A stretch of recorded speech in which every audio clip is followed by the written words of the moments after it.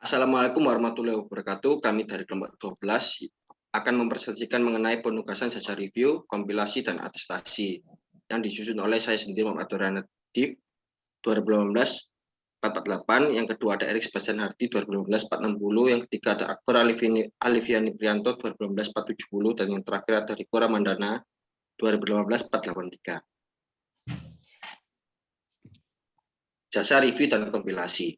Jasa review dapat dikatakan sebuah penugasan yang memungkinkan keterlibatan akuntan dalam memberikan asuransi terbatas bahwa laporan keuangan telah sesuai dengan SHK, termasuk pengungkapan informatif yang tepat atau basis akuntansi komprehensif, yang lain seperti basis kas akuntansi. Jasa kompilasi merupakan suatu jasa di mana akuntan menyiapkan laporan keuangan dan menyajikan kepada klien atau pihak ketiga tanpa menyiapkan asuransi akuntansi publik mengenai laporan tersebut. Prosedur dalam jasa review. 1. Memperoleh pengetahuan mengenai prinsip-prinsip akuntansi dan praktik dari industri klien. Yang kedua, memperoleh pengetahuan mengenai klien. Yang ketiga, mengajukan pertanyaan kepada manajemen. Yang keempat, melakukan prosedur analitis. Yang kelima, memperoleh surat representasi. Prosedur dalam jasa kompilasi. 1. Memperoleh pemahaman bersama klien mengenai jenis dan keterbatasan jasa yang diberikan dan penjelasan atas laporan jika laporan akan diterbitkan.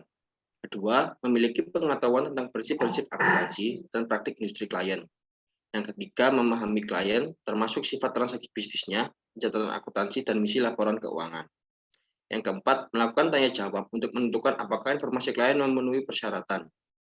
Yang kelima, membaca kompilasi laporan keuangan dan berhati-hati dengan hal-hal yang tidak dimasukkan atau kesalahan dalam perhitungan dan GAAP. Selanjutnya akan dilanjutkan oleh teman saya, Erik. Baik, review atas laporan keuangan interim.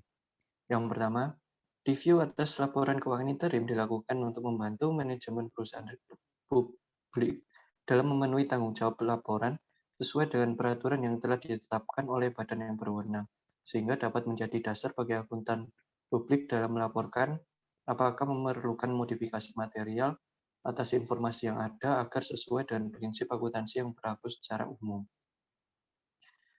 Syarat dalam review laporan keuangan interim. Yang pertama, memperoleh pengetahuan mengenai prinsip-prinsip akuntansi dari industri klien. Yang kedua, memperoleh pengetahuan mengenai klien. Yang ketiga, mengajukan pertanyaan pada manajemen. Yang keempat, melaksanakan prosedur analitis. Yang kelima, memperoleh surat representasi. Prosedur yang perlu diterapkan. Yang pertama, meminta keterangan mengenai pengendalian internal dan perubahan signifikannya. Yang kedua, menerapkan prosedur analitis untuk mengidentifikasi dan memberikan dasar untuk mengajukan pertanyaan mengenai hubungan dan pos individual yang tampak luar biasa. Yang ketiga, membaca notulen rapat untuk mengidentifikasi tindakan yang dapat mempengaruhi laporan keuangan interim. Yang keempat, melakukan identifikasi apakah laporan keuangan interim disajikan sesuai dengan prinsip akuntansi yang berlaku umum. Yang kelima, menanyakan pada pejabat perusahaan yang bertanggung jawab atas masalah keuangan dan akuntansi. Selanjutnya ada penugasan atestasi. Suatu penugasan atestasi adalah penugasan yang dalamnya praktis dikontrak untuk menerbitkan komunikasi yang menyatakan suatu kesimpulan mengenai keandalan asersi yang menjadi tanggung jawab pihak lain. Dalam penugasan atestasi, akuntan publik perlu melaporkan reliabilitas informasi atau asersi yang dibuat pihak lain. Contohnya, ketika sebuah bank meminta akuntan publik untuk melaporkan secara tertulis apakah klien audit menaati semua persyaratan dalam kesepakatan pinjaman. Baik, yang selanjutnya akan dilanjutkan oleh teman saya, Alif. Selanjutnya ada 11 standar atestasi. AIPA telah mengeluarkan 11 standar atestasi yang dinyatakan dalam istilah yang cukup umum. Termasuk jenis penugasan baru yang mungkin muncul adalah sebagai berikut. Next.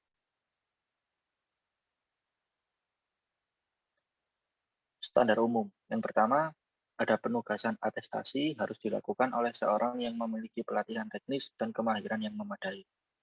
Yang kedua, penugasan harus oleh seorang praktisi yang memiliki pengetahuan yang cukup mengenai persoalan.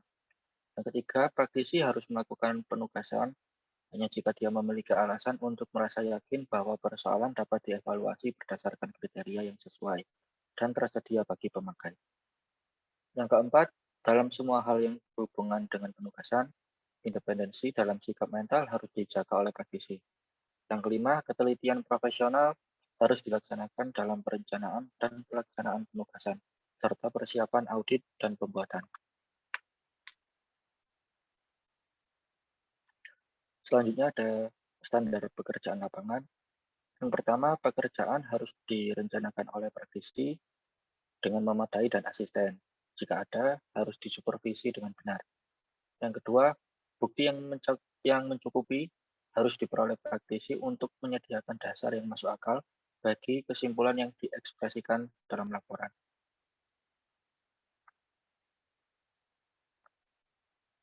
Selanjutnya ada standar pelaporan.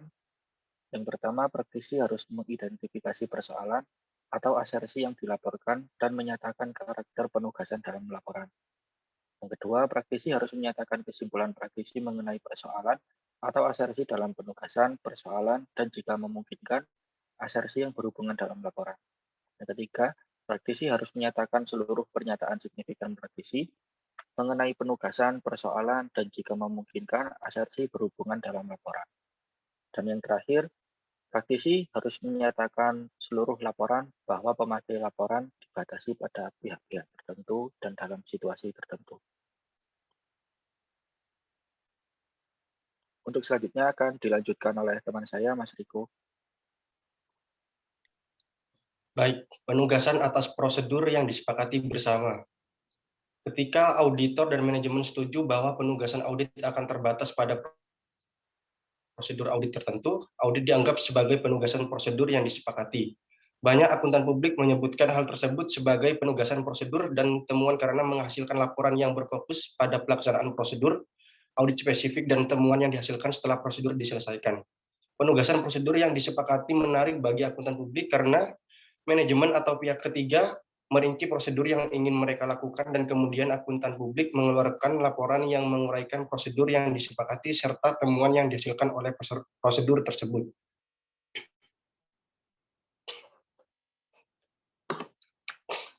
Selanjutnya adalah contoh kasus.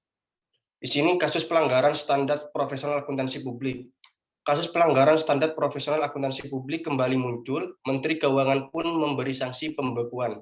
Menteri Keuangan Sri Mulyani Indrawati membekukan izin akuntan publik.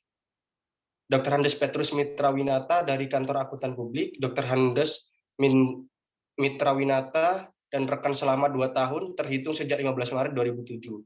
Kepala Biro Kehubungan Masyarakat Departemen Keuangan Samsuar Said dalam siaran pers yang diterima Hukum Online Selasa 27 menjelaskan sanksi pembekuan izin diberikan karena akuntan publik tersebut melakukan pelanggaran terhadap standar profesional akuntan publik.